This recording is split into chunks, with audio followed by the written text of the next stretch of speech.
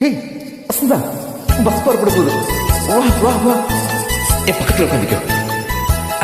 போகும்போது ஒரு நல்ல டூயட் பிரமாதமா பாடி போவோம். Okay, ready?